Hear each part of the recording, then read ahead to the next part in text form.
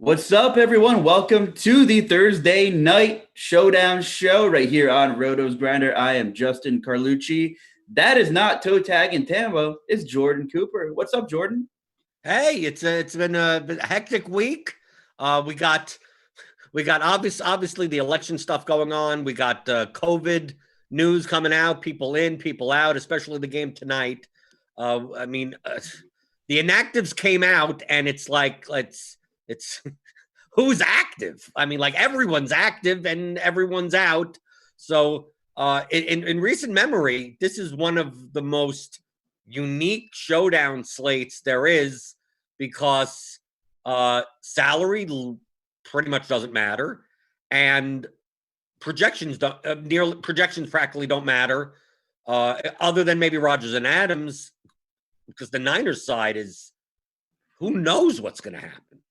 I mean, you're going on Wikipedia figuring out who River Craycraft is, and who are these guys? Kevin White. I mean, the guy floated around with the Bears for a little. Actually played in high school, 20 minutes away from me. Kevin White is activated. I mean, the news just kept coming and coming. And honestly, I thought maybe they'll move the game, maybe, but that didn't happen. I thought maybe that was in the cards at some point, but it's Thursday night. They moved the games for Sunday because they already have games to show on national television. Now Thursday, if they move it, what are they going to do on Thursday night? No one has football to watch.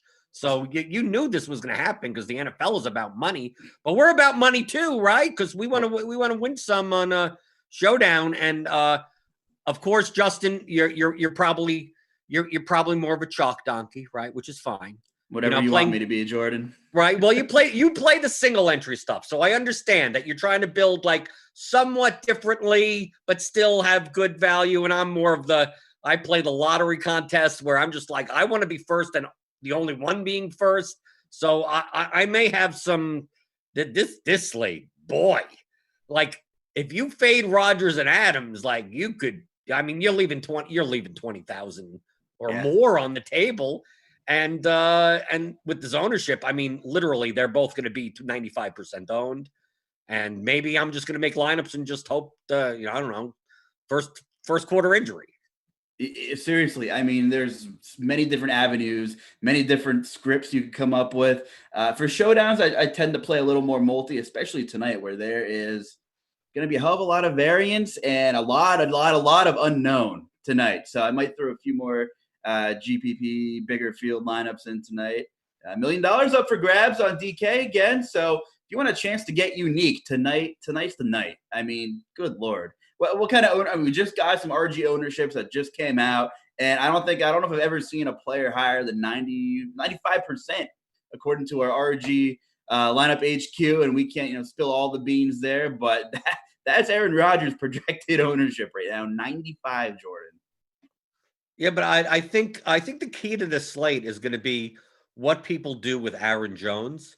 He's active, but understand that with guys out, they could make 53 players active, and that doesn't mean they're going to play. So apparently from what I hear is that he's going to play some, but not necessarily, a lot of snaps. And he's 9,800. So he's priced as if, obviously Aaron Jones at 9,800 is 20 to 25 touch type of Aaron Jones.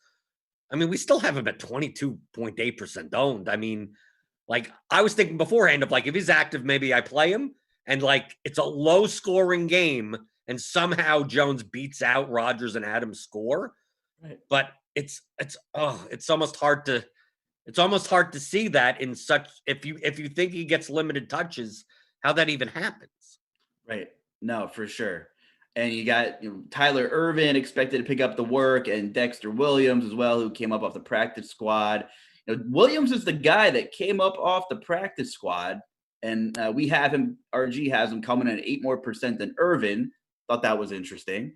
And good old Kyle Juszczyk down there, 2%. Touchdown or bust for Juszczyk kind of guy.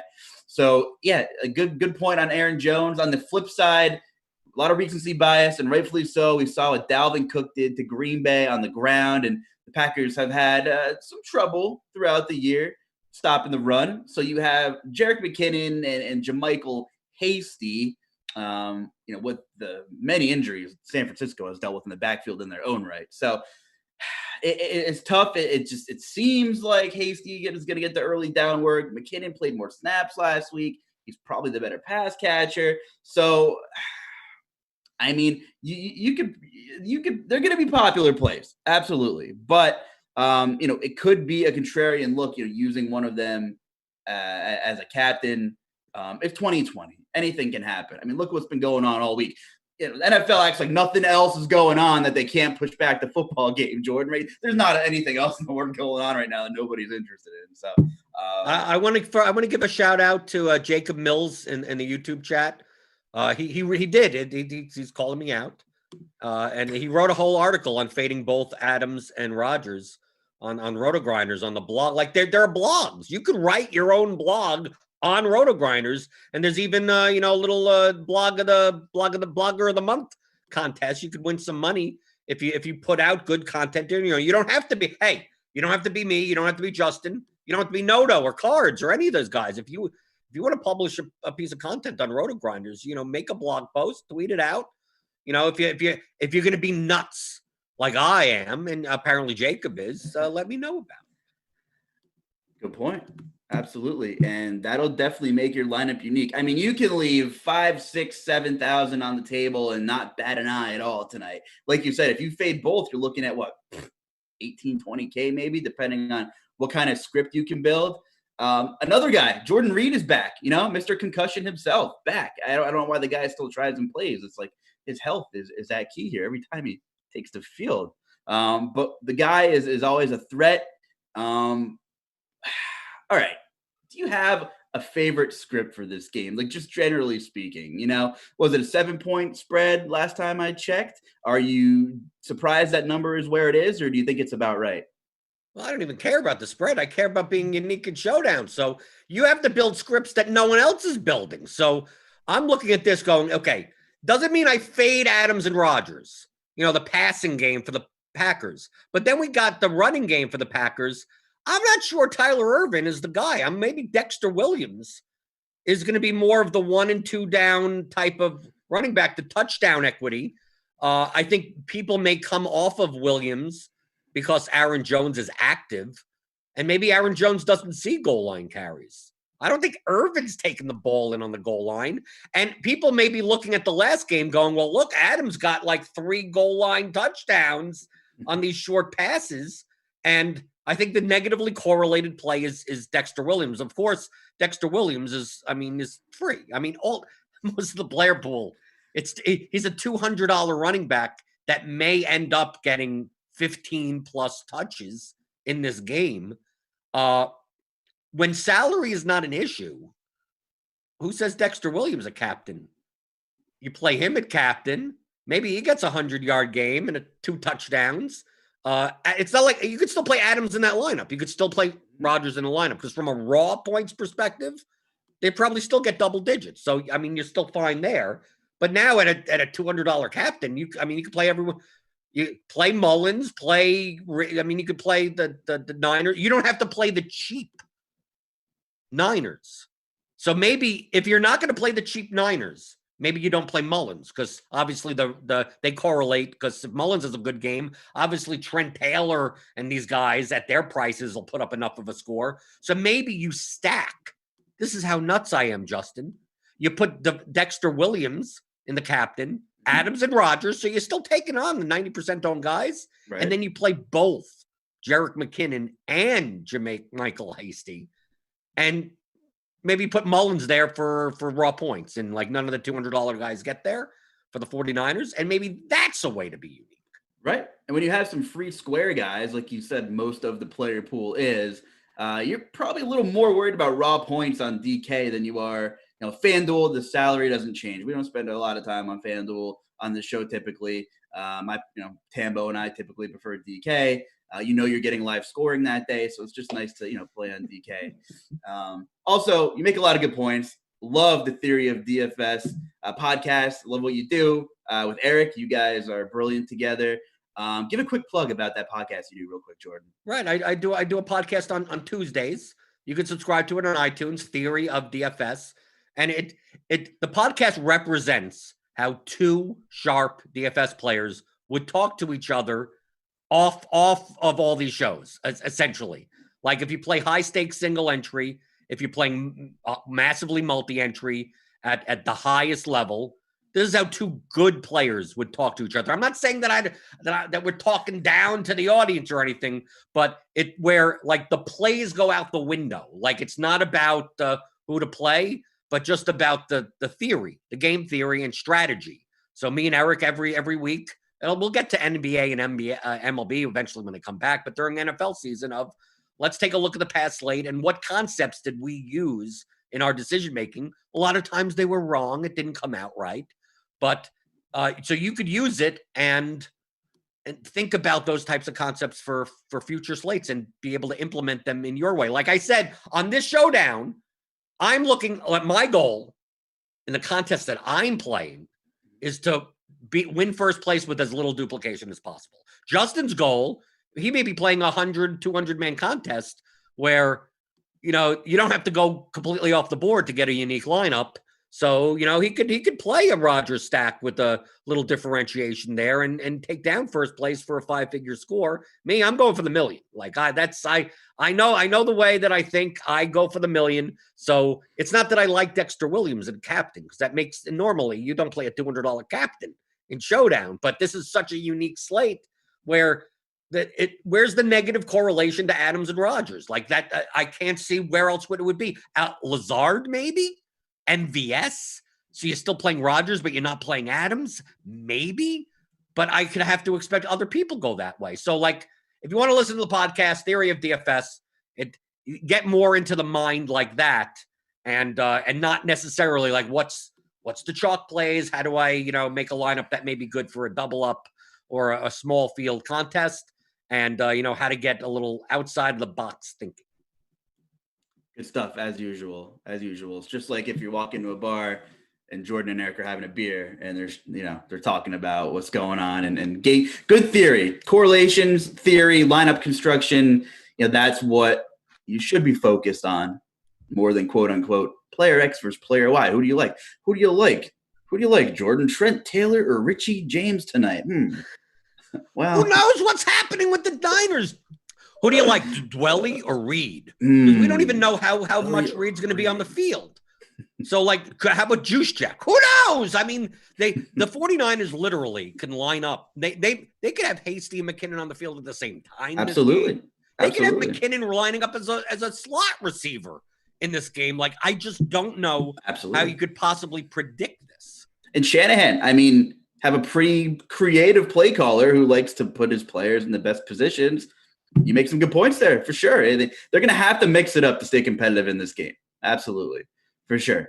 We could even see Mullins be absolutely terrible and get the plug pulled on him rather quickly. So if you want to go for the ultimate, who's that tout that makes a living on playing backup quarterbacks that floats around? I can't think of his name. Anyway, but if you want to put CJ in at flex, run it with some Packers captain, I think Mullins gets yanked early after a couple of terrible plays. A couple weeks ago, I know he played pretty well in catch-up against Seattle, but that game when the Niners played the Eagles was pure vomit. That was maybe one of the worst games I've ever watched. And I've watched a lot of bad football this year. I've watched Dallas and Philly on Sunday night, whenever it was. So I don't know. You don't know what you're getting out of the offense, let alone Mullins from a game-to-game basis. And, you could see some CJ Beathard in there, and I wouldn't be shocked either. Everything is possible on this slate, and you're going to have to be uncomfortably comfortable with what you're throwing in tonight, especially in big fields, for sure. Can I get a clarification on Alan Lazard? He's not listed on their inactives. He's not. I saw Schefter tweeted that he will not be activated tonight, per source. So Lazard has to be activated off of IR, and then he could be in. Okay, so I apologize only because I'm looking at inactives. I'm like, I don't see Alan Lazard there, so I'm going to assume that he hasn't been activated off of IR, and because he's not on the active roster, he doesn't have to be listed in the inactives. That would be correct, right? Mm-hmm. Okay. So I apologize. Good thing I knew that before I started making my lineups after the show, because I was like, how do I get Alan Lazard in at 7.4K? Right. So Valdez-Scantling, never a pleasure to roster. You're going to game log hunt. You're not going to like what you see, but we know the guy has 2 or 3 games in him a year where he doesn't need volume to produce. He's boom or bust. Seems like Aaron Rodgers hates the guy, but he's going to see a ton of snaps as usual. A guy that's 17% on a showdown slate, and we know what he could do. There's just so many opportunities to get different and create some leverage opportunities tonight. I'm not saying you could say the same for Robert Tonyan. Mm-hmm. I think if you're going by the goal line theory, like who's going to get the touchdowns? If you see them line up at the 1 yard line, it could be a Rodgers sneak. Okay, that means none of the receivers or the running backs are going to get that touchdown. It could be Devontae Adams with a little quick pass. It could be Dexter Williams. It could be Aaron Jones. But it could also be Robert Tonyan, and he's negatively correlated to all the other receivers. I'm just trying to find a way. In all likelihood, Devontae Adams is the highest scoring player on the slate. I'm not saying anything that anyone doesn't know. But at 95+% owned, is there an outcome? I'm just looking for a couple of outcomes. Correct. I'm putting in $10 and I'm getting 100,000 times my money. Like, can I find some outcomes that have that payoff that don't include Adams being in the winning lineup? Like, that's all I'm looking for. Most likely I'm wrong. And there could be lineups that have Adams in the winning lineup but don't have Rodgers and have someone else there. So just understand that I'm the people in chat are like, oh my God, imagine fading Adams. It's like, well, let's wait till the end of the game where some weird thing happens, right? Some hamstring or something, or Adams has a 8 for 70 and no touchdowns, and his 15 points don't matter or something. It's very hard on this slate because you can't even spend the salary. So most likely his 15 points matter anyway. So that's what makes it interesting. So I'm just I'm shooting out ideas, finding a way. You could take some if you want. You could disregard the others. But if you're playing that $10 luck box DraftKings contest, like, don't play. If you're not going to do things like that, just don't play it. Just play a single entry contest. Yep. Play one of the smaller field. That's perfectly fine.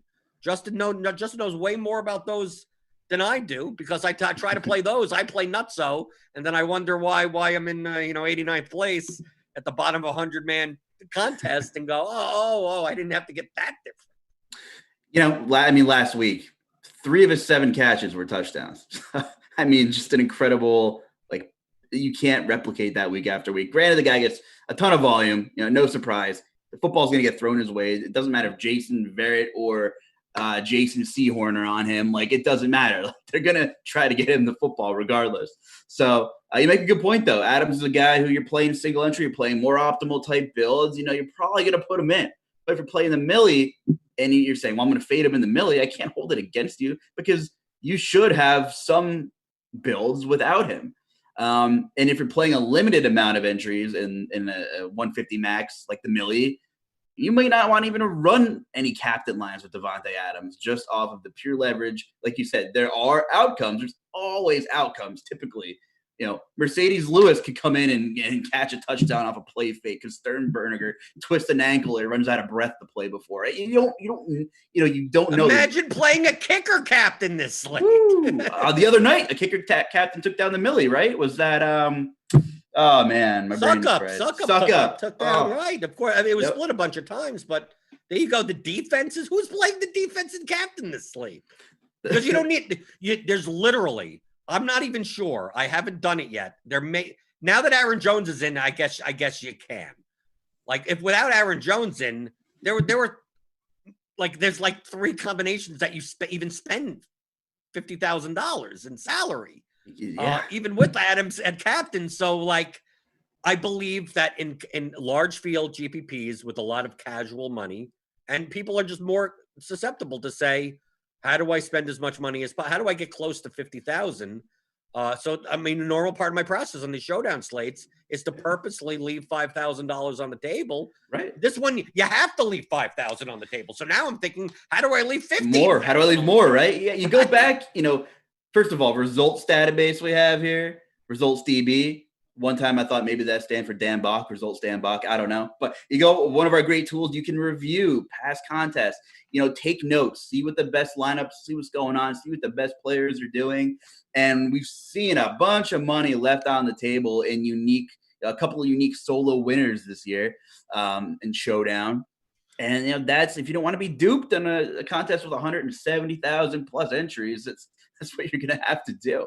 Absolutely. And for those of you who are newer, just joining us, don't have the tools. First of all, if you don't have the RotoGrinders, premium content and the tools, you're a step behind here. You're a step behind. People, Justin, right. are asking. I don't know. I don't want to say that it's a stupid question, but you know more about football than I do. That's not People true. are asking about who Jair Alexander is shadowing. We're talking about Trent Taylor and Richie James and Craycroft, and I mean guys that I literally have. I mean, some guys I've literally never heard of before yesterday. Like, is there a receiver to shadow? And if there was, would we know?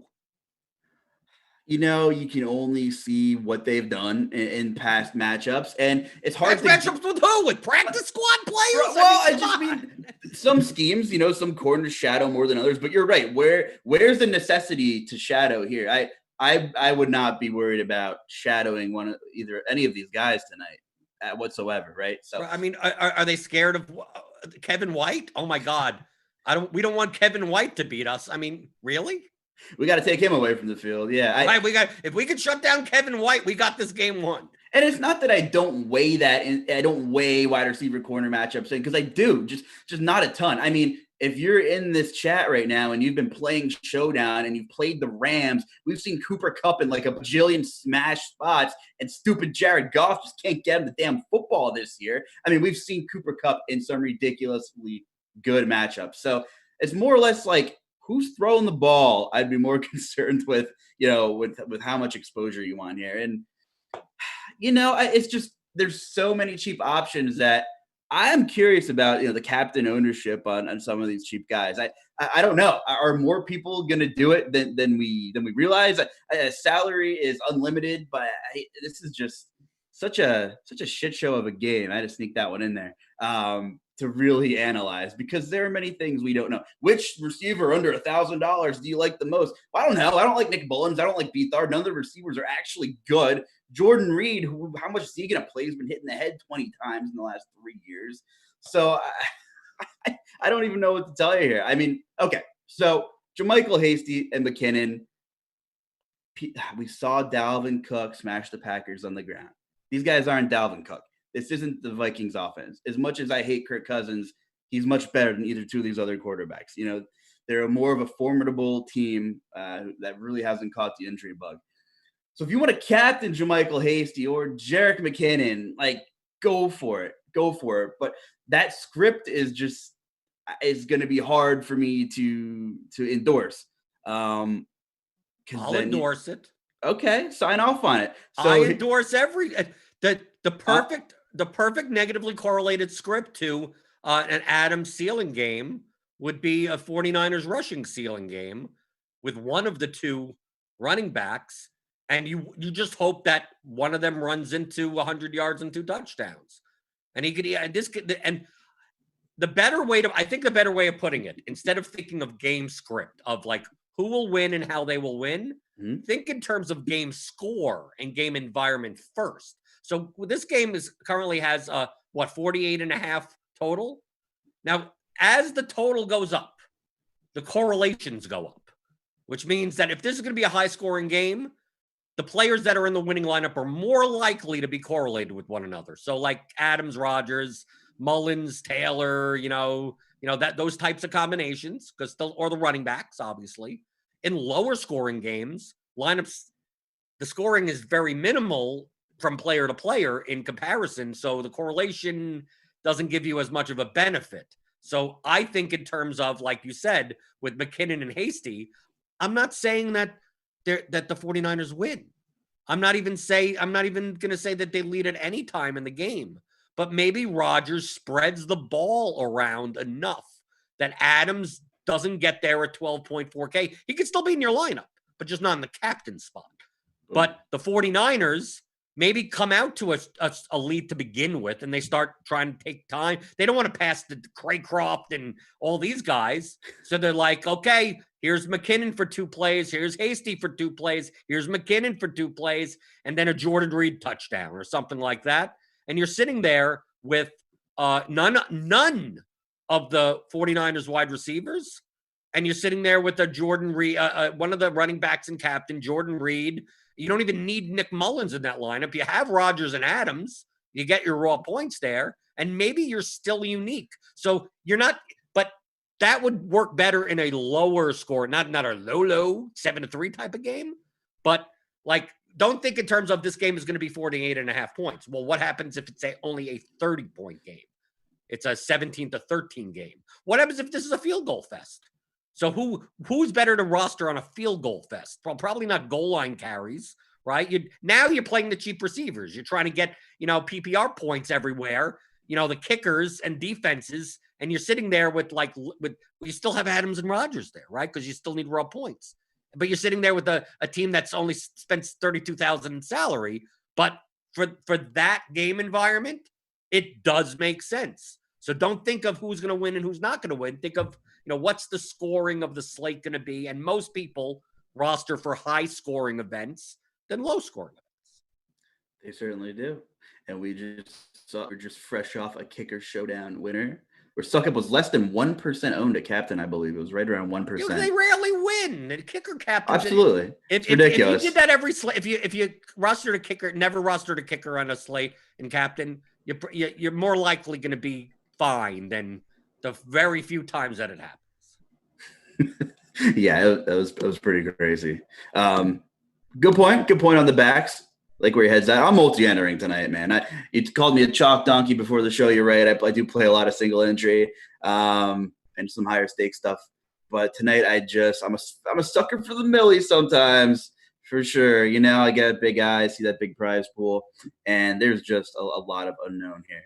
Yeah, McKinnon's are you Xing out Adams and Rodgers in your captain? Yeah, I am. Oh, okay. So we're okay. We're melding minds. At least we're kind of like, okay. You're the brains here. That's why I brought you in tonight, man. You're the brains here. But yeah, so I won't have any Rodgers or Adams at captain in the millie. Obviously if you're playing single entry, something safer, playing with some buddies, don't do that. But like you said, you want to be unique. You want to be at the top. And that's just, there's a sick opportunity with 2 guys over 90% ownership that, like you said, if there's one outcome, if there's one way, if there's 2 ways, if there's a couple ways that this could happen, you got to try and take advantage of it. Or you could bet also, hey, I talked about Aaron Jones before. Mm-hmm. Like maybe this is a slow roll. Maybe we've seen this before, right? Not with Aaron Jones, but I mean, if we've seen the Packers, right, in the past, that they typically are very, that if you're not fully healthy, you don't play, right? Like we saw that with Adams earlier. So like maybe if he's active, maybe they're acting like, maybe he'll see something. And then he comes out and plays, especially with Jamal Williams out. Maybe he comes out and plays 80% of snaps. And everyone's watching the 4-touchdown Aaron Jones game at 20% ownership going, but I thought the coach said this. And how many times have, right, Cam Akers is going to get work. And McVay, right, one snap. We've seen this before. We certainly have. And people, the rebuttal is, well, the Packers can take care of the Niners. They're starting all their scrubs. This is the National Football League, where the Packers have a half a game lead only in their division, and we're essentially halfway through the season. So there is many ways to try to, get through the smoke here. If there's smoke, you like to look into what the coaches are saying, but the Cam Akers thing tilted a hell of a lot of people. So yeah, Aaron Jones, I mean, we have him coming at 22%. A lot of unknown there, a lot of unknown everywhere. I also can't, if you want to get a little wild, I can't, argue with, hey, what about Green Bay defense, they captain? We've been trashing these receivers that are coming up off the practice squad. I've been trashing Mullins the whole time. So, if Green Bay puts a lot of heads in the box and makes the quarterback beat them, makes these receivers try to win in one-on-one coverage, could be a grinder, could be a low-scoring game. As bad as this recency bias of the Packers getting destroyed on the ground from Dalvin Cook, who had when's the last time we saw 50 DK points by a receiver or running back in back-to-back weeks, Jordan? I mean, have we ever seen that? I mean, we had Metcalf 2 weeks ago. I mean, Dalvin Cook last week. Sorry, I'm off on a tangent here. It's just been a crazy couple of weeks where you needed one of those guys to take everything down. That's what happens every week. You're going to need that guy, right? 50? Is there going to be a guy this game? We don't know. We don't know if there's going to be a guy. The guy could be who knows? Look, I'm looking at these receivers going, who? I think a lot of people may try to do the Mullins captain. Like, I think they'll see the multiple cheap receivers and go, well, what happens if Mullins has a ceiling game? Right. They go Mullins, Reed, 2 cheaper 49ers receivers, and then Rodgers and Adams. Like I'm trying to stay away from. Personally, I'm trying to stay away from those builds. But this is what makes this slate so frustrating. It's like, well, how do you not play Kevin White at 200? He could get 10 points, no problem. Like, raw points are going to matter on this slate. So, like, whether I got 5x his salary. Who cares? I mean, like, everyone has that option now because they're not and that's why I'm looking at Aaron Jones at 9,800, going, maybe he scores more raw points. Maybe he doesn't make value, but he scores more raw points, and he's the 3rd highest raw point scorer on the slate. Right. Well, you're probably going to still need him you have the salary. It's not like you're not play. That's the point. It's like, well, do I play Aaron Jones or do I leave 7,000 on the just play Aaron Jones then? So, like, right? Maybe you do only leave 500 on the table, and that's the optimal one. Absolutely, good point. Got any questions from the chat? I'm curious what these people are saying about this game we have going. I'm getting. Hold on. If you got questions, thumbs up. Hit the thumbs up. Yeah, I always say, Justin, that their lineups will do better when they hit the thumbs up button, but typically that doesn't come true. So I'm kind of lying there because most of the time you're not going to win. I'm getting a tweet from a beat reporter from the 49ers based on practice, what they're doing on the field. The starting wide receivers, Trent Taylor, Richie James, and River Craycraft, and Kevin White was on the field earlier. Take into that whatever that means. I don't know if that means anything. River Craycraft. Cray. You're cray to not play Craycraft. Ugh. This is really Thursday's game, right? This isn't like an alternate dimension we're in. This is like a second week preseason game. This is horrible. I mean, so we ran through a bunch of different, potential builds, way to get different. You're right. People might try to jam in some of these Craycrafts in with Mullins at quarterback. I guess anything's possible. I don't want you to take my head off this time, but in like single entry, I'm not doing it. I'm not doing Mullins. If you had to switch spots and you were the chalk donkey, right? Would you prefer Adams or Aaron Rodgers? If I'm holding a gun to your head. No, the wide receivers have higher ceilings. I think if you're playing like cash games or single entry or something like that, like as a chalk core of the lineup, I think you're playing Adams and captain. You're playing both quarterbacks for raw points. You're probably playing McKinnon at running back because of PPR scoring, probably more so than hasty. Yep. And then you're going to play Tyler Irvin. And then one of the cheap. I'm assuming Trent Taylor would be the slot receiver. Trent Taylor or Richie James. I'm assuming they're going to be the slot receivers, like at some type of lineup like that. But I could understand if you play like both San Francisco running backs, so you at least capture all those points. But obviously, if you want to play Rodgers as captain, that's fine. I just like wide receivers just get more points from a PPR because they get full point every time they catch the ball.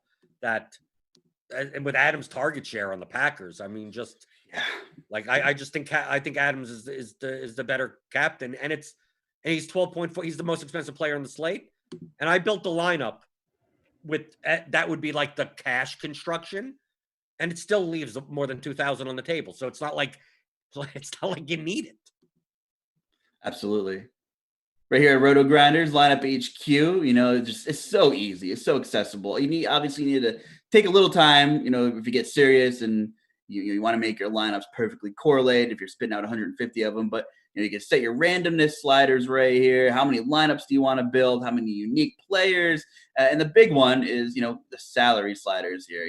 So the tool can really give you X amount of lineups and they'll all be within the salary range that you select here. So for newcomers, everybody first time tuning in, and really we have top of the line industry stuff here at RotoGrinders. But 736. We knew about as much about this game as we did when it started, that it was going to be ugly and a ton of unknown here.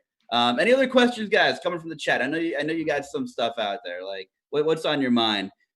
Give us a thumbs up. Your lineups will do better. I just heard that from someone that told me to get that. People were asking about the tight ends and the 49ers game. Okay.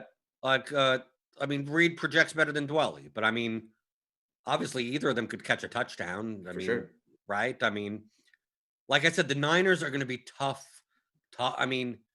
Dude, they could play two tight ends. They could play Juszczyk. I think, we literally, how would anyone know? You would have to watch practice. Did anyone break in and see their closed practice, yesterday? Yeah, let us know. Drop it in the chat. I don't know. I don't even know. The Packers, at least you could predict something. The 49ers, they're going to line up with a tight end. I know that. Whether it'll be two of them or one of them, or is Reed just going to be reserved for red zone work and Dwelly's going to get inside the 20s?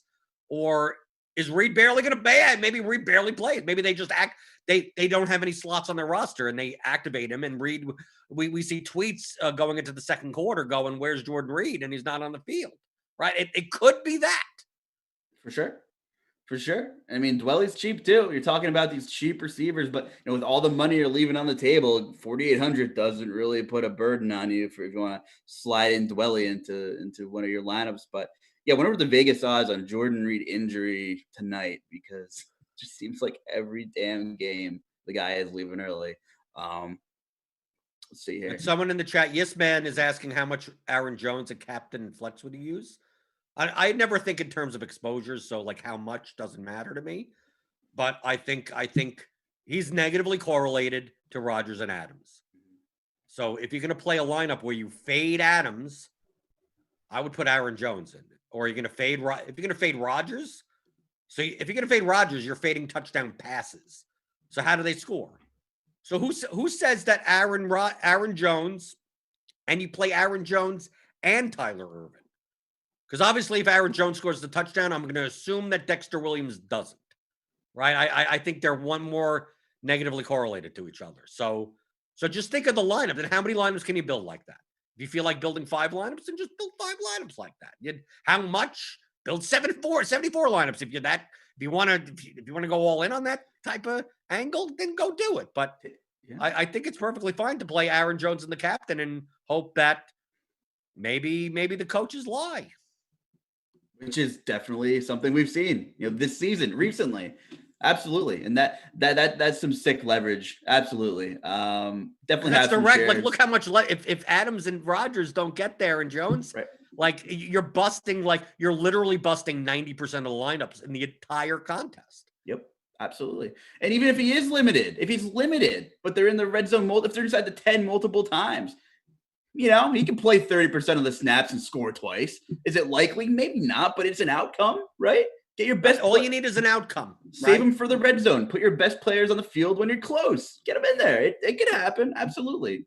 There's ways to make it happen for sure.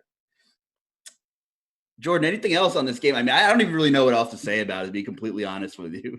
This is an ugly game. And I think we've definitely given some insight on how to, where to go, where the leverage is, some different stands to make.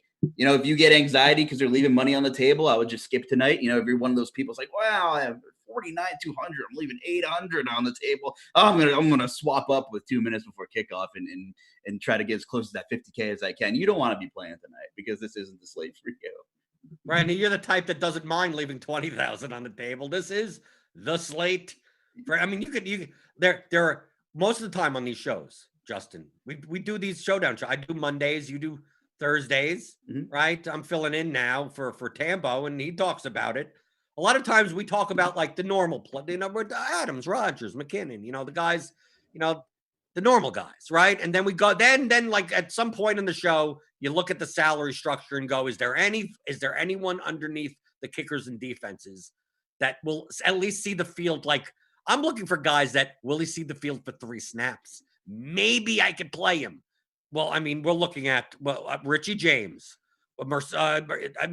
Mercedes Lewis is not even an option anymore because he's like the worst out of the other guy. I mean, Dexter Williams, Craycraft, Irvin, Trent Taylor.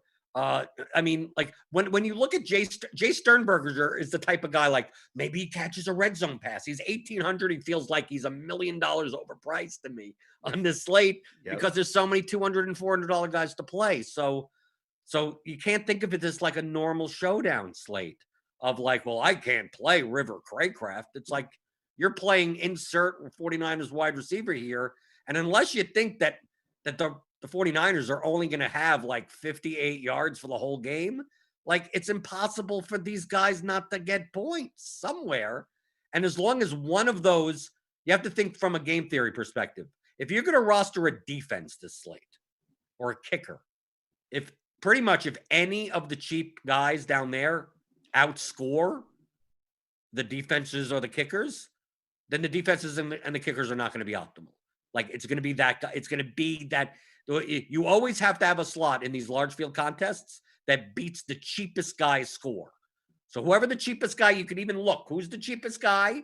We saw in the Giants when Deion Lewis scored. So it's like, okay, he has 7.7 points. He was like $1,000. So it's like, so now that's the standard because any slot you have needs to have at least 7.7 points because you could always go down in salary and get those 7.7 points. So when you're building your lineups, think like that. That's the reason why some of these like defense kicker area guys may not be the greatest. If Trent Taylor puts up 12 points at 400, like Robbie Gold better have 12. You need Robbie Gold to have 12. You need Crosby to have 12. The defenses to have 12. You need all of that to happen. And that it could happen. But I think with the amount of players down in that $200, $400 range, it's more likely that one or even two are going to be in the optimal, even if you leave 10,000 on the table. Absolutely. They're going to see the field. Like you're literally going to see them on the field in 45 minutes for a majority of snaps, right? There's nobody else. There's nobody else. And just the beating the Niners have taken from a roster perspective has been incredible this calendar year. And just kept more news kept rolling out this week. Kendrick Bourne and Deebo Samuel But it turns out they're not even positive, right? Then isn't it like they're false positive? I don't even know. I'm not sure what the newest news is. I've been preoccupied with something else going on in the world. But anyway, you got anything else for me, Jordan? Are we wrapping up soon? No. I think we provided a service. It's kind of weird that I filled in for Tambo on a slate that it is like play whatever you want. I mean, like it's not me just being facetious or like trying to be a little joking around, but I mean, it's play whatever you want. And there's hardly any data. There's like no real projections on these guys, so it's hard to really give you like River Cray. You want to put some Cray? You want some Trent Taylor? Like I don't know. Like whatever. Like who's going to catch the touchdown? If I had a crystal ball, I'd tell you guys, and we'd take all the money. But like I don't have it, so it's going to be fun. Good luck to everyone playing. Get creative. Don't be afraid to leave a ton of money on the table when you're constructing your lineups. Maybe we can get if River Cray goes off, we're gonna get to play whoever you want with like one of those like cartoon illustrations of River Craycraft like on a shirt, I think, and we might have to hand him out because he would be the epitome of play whoever you want. It'd be like your poster child, River Craycraft. What do you think? I don't know. River Craycraft. It's not Cray. Anything could happen. It's not Cray. All right, where can the people find you on Twitter, Jordan? For those that aren't already following you. Blender HD, but probably don't if you're not during this week. You don't know what to expect from me this week, so it may not be all DFS related, but it will be entertaining and informative. All right, so follow Jordan maybe like Monday, Tuesday. Come back, check his Twitter feed. Good stuff from Jordan. Puts out a lot of great content. Does an awesome job. Like I said, the podcast with him and Eric on it, Theory of DFS, great stuff. You definitely want to tune in. I've been playing DFS for a long time and just got to give you kudos. I enjoy listening to you guys, always opening up another door in my head with another perspective. And, first thing you should do is go back and analyze, like after each week. I don't know how people don't do that. And sometimes it sucks. You have a horrible week and you just get trashed and everything you do is wrong. Like, it's harder to go back and look how wrong you were. But you really have to go back and track and just keep up on trends, see what the best minds are doing. And it sucks, but great place to start if you're doing your homework on, like you said, Tuesday, Wednesday, put on the podcast and see what the trends were from the previous week. So what I got for you. Thanks for joining me today, Jordan. Appreciate it. No problem. I always enjoy the first thing I listen to in the week is your preview podcast with TJ. It gets me up to speed because I'm reviewing slates on Tuesdays typically before I look at the first lane, and that's the first podcast that I listen to. And Appreciate I'm like, okay, let me before the projections. I just like, okay, let me just get a sense of and you guys are sharp, and it's like, okay, I get an overview, and now I could kind of look at the numbers without kind of being surprised at who's projected high. Appreciate it. Yeah, we do TJ Lasik and myself every Tuesday morning. Come out with a podcast. We record on Mondays, which sometimes it's difficult because we don't often have projections or even pricing and things like that. But at the same time, it's kind of our first look at everything. I mean, I'm coming home from work and I'm like, all right, got to record. It's kind of a nice, like, price aside, just what are you looking at? And you can absorb so much throughout the week that you just get off initially your theories and your thoughts from early on, right? So really just stick to your guns, man. It's tough. I mean, look how much has changed in the last 2.5 days already. And I'm sure we'll hear some more news before Sunday. So let's get out of here. A lot of stuff going on tonight. For Jordan Cooper, producer Devin, I'm Justin Carlucci. We'll catch you next week.